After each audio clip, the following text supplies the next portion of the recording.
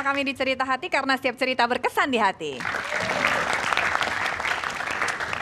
Iya, dan kalau berbicara kebiasaan menabung di bank, pasti Anda mengenal dengan sebutan bunga bank. Lalu bagaimanakah pendapat masyarakat tentang bunga bank ini? Kita lihat sama-sama yuk. Perbankan adalah semua yang berkaitan dengan bank konvensional maupun syariah, mencakup kelembagaan, kegiatan usaha, serta cara dan proses dalam melaksanakan kegiatan usaha bank. Salah satu unsur di dalamnya adalah bunga bank. Ya, bunga bank diartikan sebagai kompensasi kepada pemberi pinjaman atas manfaat ke depan dari uang pinjaman tersebut apabila diinvestasikan. Pada era tahun 90-an, demi menarik minat nasabah, pihak bank memberikan penawaran bunga yang tinggi kepada nasabahnya. Namun, semenjak pemerintah semakin memperketat aturan operasional bank, pihak bank saat ini tidak bisa berlomba untuk memberikan bunga yang tinggi kepada para nasabahnya atas uang yang disimpan nasabah di dalam bank tersebut.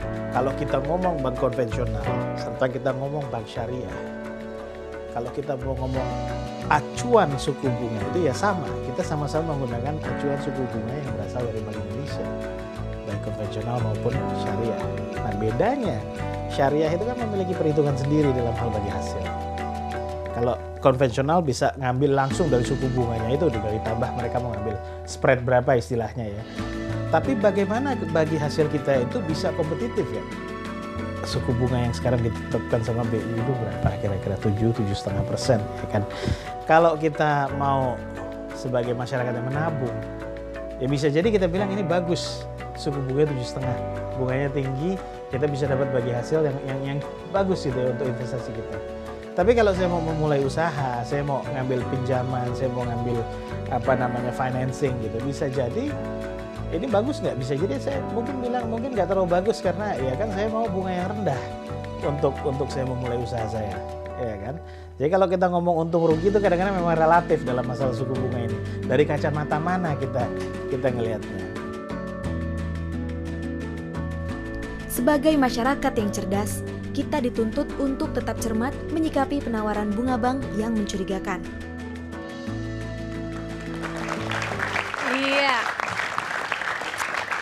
Kalau berbicara bunga bank, memang bisa juga saya mengutip omongannya Bapak yang tadi ya, berbicara dari kacamata mana kita akan melihat. Dan saya pengen tahu dari kacamatanya seorang Uwi seperti apa sih bunga bank itu, Wi? Pertama sebetulnya kalau di dalam syariat agama, baik itu Kristen, baik itu Yahudi maupun Islam sama, sepakat mengharamkan riba namanya. Riba itu adalah ziyadah, riba itu adalah tambahan suatu nilai uang yang disyaratkan bagi orang yang meminjami.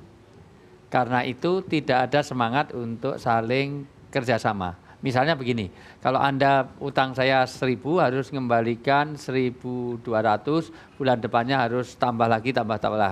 Jadi utang yang 1.000 dalam 3 tahun bisa menjadi 4.000. Itu tidak fair. Seharusnya dia adalah bagi hasil. Bagi hasil itu mudharabah. Maka disebut mudharabah dalam agama namanya mudaharabah.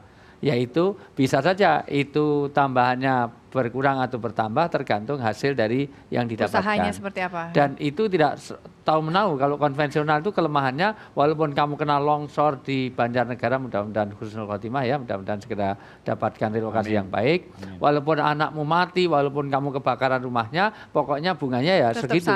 Tetap sama. Ya. Tetapi kalau di dalam sistem bank syariah menjadi berbeda. Baik. Tadi yang kayak di muamalah tadi. Ya. Jadi utang segitu ya selamanya begitu. Lah gimana penambahan? Bisa, caranya adalah biasanya nanti ada diakadkan jual beli. Misalnya begini, motor ini harganya 10 juta, tapi saya jual 1.200.000. 10 juta saya jual 12 juta. Kamu boleh bayar selama setahun, tapi tetap 12 juta terus utangnya. Jadi utang itu tidak nambah-nambah. Iya. Jadi Aristoteles mengatakan uang tidak bisa melahirkan uang. Dan itu dianut oleh beberapa agama. Walaupun sebetulnya kalau bank konvensional diatur oleh pemerintah tidak terlalu menyekik leher. Memang. Baik. Nih, kalau berbicara tentang menabung memang itu harus tadi ya kembali lagi menjadi suatu hal yang dibiasakan gitu ya, Iya, Uy ya. betul. Nah, masalah ini menjadi pilihan apakah Anda mau nabung di bank konvensional ataupun nabung di bank yang bersifat syariah, ya silakan aja kepada Anda gitu ya. Kembali lagi kepada pilihan masing-masing. Kalau saya milihnya yang aman-aman aja. Dan seperti yang saya pilih yang satu ini adalah seorang yang sangat ahli sekali dalam bidang perencana keuangan. Siapa dia? Ini dia, Safir Senduk.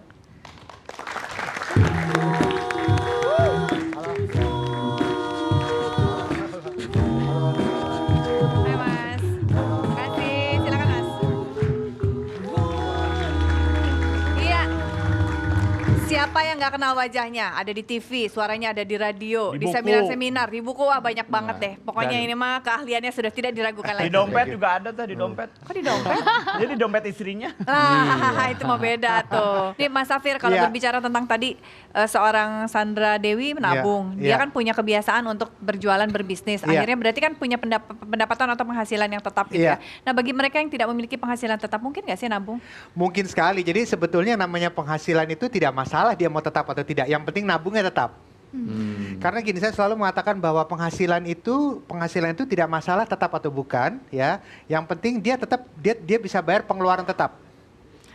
Oh gitu. Yang penting dia karena biar bagaimana kan pengeluaran tetap. Jadi kalau mau pemasukan tetap atau tidak nggak masalah. Yang penting dia bisa atur supaya dia bisa bayar pengeluaran tetap. Tiap tanggal sekian ada pengeluaran apa, tiap tanggal sekian ada pengeluaran Ada apa. tagihan, ada biaya operasional hidup lah gitu Betul, kali ya betul. disebutnya ya. Betul, Jadi ada tiga, betul. satu jangan sampai pendapatan itu tidak tetap nggak apa-apa, yang penting tetap berpendapatan. Tetap berpendapatan, betul. satu. Iya. Kedua, pengeluaran tetap itu harus terbayarkan. Betul, Oke, betul, betul. bagus itu. Sebenarnya kalau mau bicara dan sebetulnya kalau kita lihat zaman sekarang ini kan banyak sekali industri kreatif lagi sangat berkembang dan Ya. seringkali kalau kita lihat industri kreatif penghasilannya kan nggak tetap. Ya, Betul. betul. Nah penghasilan nggak tetap. Saya ingat sekali dulu 10-15 tahun lalu yang namanya orang tua selalu menyarankan anaknya kalau bisa bekerja di tempat yang ada penghasilan tetap. Betul. Banyak dari anak muda yang pengen Besarannya jadi sama, artis, pengen gitu. serius jadi artis, jangan deh penghasilannya nggak tetap. Ya, gitu. Itu jadi pegawai negeri. Jadi Itu penghasilannya tetap. saya pikir itu agak sedikit memanjakan. Kenapa? Karena bukan penghasilan tetap yang jadi masalah. Sebetulnya yang penting dia bisa punya tanggung jawab untuk bayar pengeluaran tetap dan menabung secara tetap. Kalau menabung dengan tetap dan terus kemudian tadi membayar tagihan yang tetap Iya. juga, lalu kemudian yang tidak tetap adalah penghasilannya, berarti nabungnya bisa berubah-ubah dong besarannya ya? Betul. Yang menarik adalah orang yang penghasilan nggak tetap itu ada dua macam. Nomor satu, dia penghasilan nggak tetap dapatnya. Nomor dua, dia tetap dapat tapi mungkin angkanya yang tidak tetap. Iya. Saya lebih suka yang terakhir ya. Walaupun dia yang penting dia tetap dapat tapi penghasilannya angkanya nggak tetap. Dan seringkali mereka yang terjun di profesi keartisan misalnya itu dalam sebulan dia bisa dapat honor berkali-kali. Oh Iya. jelas. Jelas ya. Nah, Oh, orang yang- stripping ya? Jelas. Jadi bayarannya juga stripping Biar ya? gampang. Stripping. Talk show, Talk show, MC. MC, anggota dewan, terus banyak sekali, betul. Serius itu. Mungkin Dewi sebagai udah merasakan ya. Nah, Iya. orang yang penghasilannya bisa dapat penghasilan berkali-kali dalam sebulan, dia juga harus bisa menabung berkali-kali dalam sebulan setiap kali dia dapat honor. Iya. Oh. Jangan udah dia dapat honor berkali-kali, belanjanya berkali-kali juga jangan, tapi dia nabung dulu berkali-kali, baru habis itu dia belanja. Itu nabungnya itu besaran kita persenan, misalnya 10% dari total saya harus nabung, nggak boleh diambil, Iya. atau seperti apa sih pengaturannya? Nggak ada aturan tetap dia harus nabung berapa, tapi biar gampang tuh minimal 10% dari income yang dia dapatkan. Jadi kalau 10%. 10% itu minimal. Jadi kalau misalnya seorang karyawan, misalnya kalau karyawan itu kan dia dapat penghasilan sebulan sekali, dia nabung minimal 10% dari gajinya dia. Nah kalau seorang artis atau orang yang terjun di industri kreatif dia dapat honor berkali-kali dalam sebulan, dia juga nabung berkali-kali dari 10% honor yang dia dapatkan dalam Yang paling sebulan. standar. Dan ya. diangat ya, kalau 10% berarti berapa? 6 juta. 6 juta. Ya kan? Tapi kalau ngomongin soal Iya. suami nih ya, Iya. sebagai istri, katakanlah istri yang tidak bekerja, berarti Iya. kan mengelola keuangan suami. Iya, Pasti kan ada kompromi-kompromi. iya. Yang tadi suaminya main golf, suaminya Iya. kemudian suka naik mobil dan segala macam gitu ya, Iya, suka iya, beli pelek, lalu kemudian istrinya ingin mengingatkan untuk menabung. Iya. Itu kan pasti terjadi percekcokan dan perdebatan ya. Tapi dijawabnya nanti Iya, ya Mas ya. oke. Yang satu ini tetap di sini di Cerita Hati.